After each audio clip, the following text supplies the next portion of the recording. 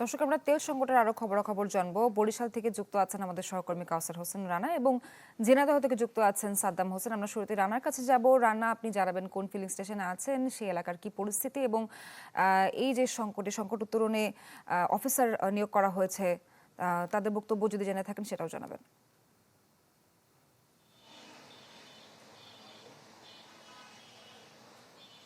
হ্যাঁ সোহাগ, আমি এই মুহূর্তে বরিশালের বিএম কলেজের এলাকার একটি পেট্রোল পাম্পে দাঁড়িয়ে রয়েছি এবং এখানে আমি দেখতে পেয়েছি যে যত সময় যাচ্ছে তেলের যে বাইকার যারা রয়েছেন, মোটরসাইকেল আরোহী যারা রয়েছেন, তাদের যে দীর্ঘ সারি, সেই দীর্ঘ সারি কিন্তু শেষ হচ্ছে না।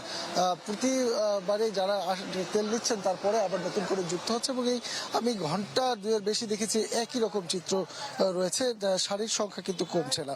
এবং তেল নিতে আসার যারা ব্যক্তি তারা বলছেন যে আসলে এই পরিস্থিতি যে কবে এটি ঠিক হবে তারা সেই অপেক্ষায় রয়েছে। আর পেট্রোল পাম্প কর্তৃপক্ষ যারা রয়েছেন তারা কিন্তু বলছেন যে মূলত দেখা যাচ্ছে একই বাইকার সে বারবার আসছে বা এক পাম্প থেকে আরেক পাম্পে যাচ্ছে, এজন্য কিন্তু একটি তেলের যে সংকট সেটি অনেকটা মনে হচ্ছে এবং অনেকের ট্যাঙ্কি ফুল রয়েছে, তারপর হচ্ছে তারা আবার তেল নিতে আসছে। এইরকম পরিস্থিতির কারণে কিন্তু এই সংকটের পরিস্থিতি হচ্ছে। আরেকটি বিষয় হচ্ছে যে বরিশালে 29টি পেট্রোল পাম্পে ট্যাগ অফিসার নিয়োগ দেওয়া হয়েছে বরিশাল জেলা প্রশাসনের পক্ষ থেকে। তবে আমরা ট্যাগ অফিসারদের সাথে কথা বলেছি, তারা জানিয়েছেন আজকে যেহেতু ছুটির দিন, আজকে তাদের কাছে এখন পর্যন্ত এই ট্যাগ অফিসার নিয়োগের যে নথি চিঠি সেটি তারা এখন পর্যন্ত পায়নি, তার ফলে তারা এখন পর্যন্ত দায়িত্বে নামতে পারেনি। তবে আগামীকাল সকাল থেকে অবশ্যই তারা দায়িত্বে নামবেন।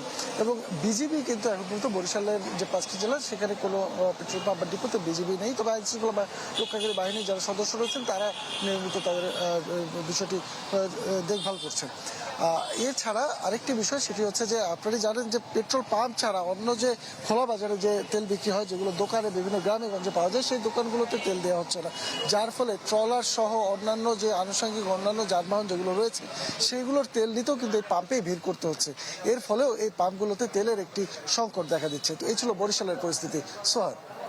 কাউসার হোসেন রানা, আপনাকে অনেক অনেক ধন্যবাদ। নগদ নিয়ে এলো হার না মানা হার অফার। সর্বনিম্ন 10,000 টাকা রেমিটেন্স নগদে পাঠালে থাকছে স্বর্ণের হার জেতার সুযোগ।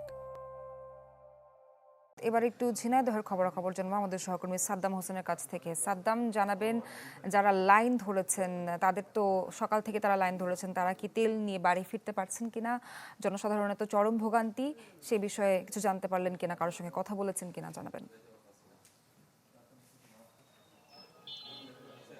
নাবিলা, ঝিনাইদহ জেলায় মোট 34টি তেল পাম্প রয়েছে। তা আমরা সকাল থেকে দেখেছি এই 34টি তেল পাম্পের মধ্যে 3 থেকে 4টি পাম্পে সকাল থেকে তেল দিচ্ছিল এবং সেটা কিন্তু বেলা 12টা পর্যন্ত এই তেল সরবরাহ চলছিল, বিক্রয় চলছিল।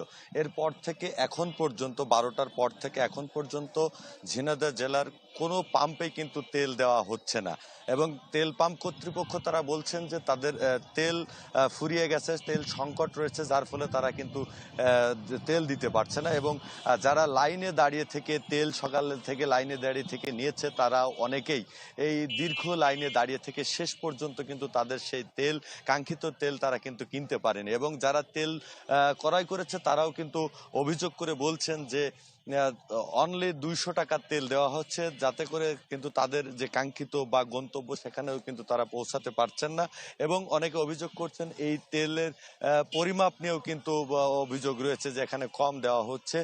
এছাড়া যাদের চাহিদা অনুযায়ী কিন্তু তেল পাচ্ছে না। এছাড়া যে কৃষক যারা রয়েছেন, যারা সেচ দিতে চাচ্ছেন, তারাও কিন্তু ডিজেলটাও কিন্তু পাচ্ছে না। তবে কয়েকটি পাম্পে ডিজেল কিন্তু দেওয়া হচ্ছে, তবে বেশিরভাগ পাম্পে ডিজেল নেই।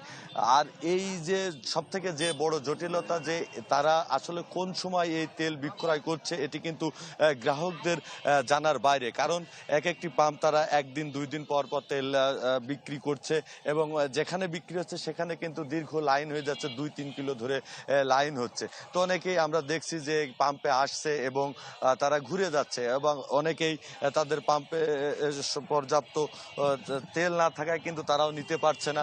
তো আসলে এই ভোগান্তির দিন যতই যাচ্ছে ততই কিন্তু এই ভোগান্তি বৃদ্ধি পাচ্ছে। তো এমতো অবস্থায় প্রশাসনের হস্তক্ষেপ কিন্তু কামনা করছেন যারা তেল গ্রহীতা রয়েছেন। তো এখন পর্যন্ত এই ছিল তেলের সর্বশেষ অবস্থা। নাবিলা। সাদ্দাম, আপনাকে অনেক ধন্যবাদ।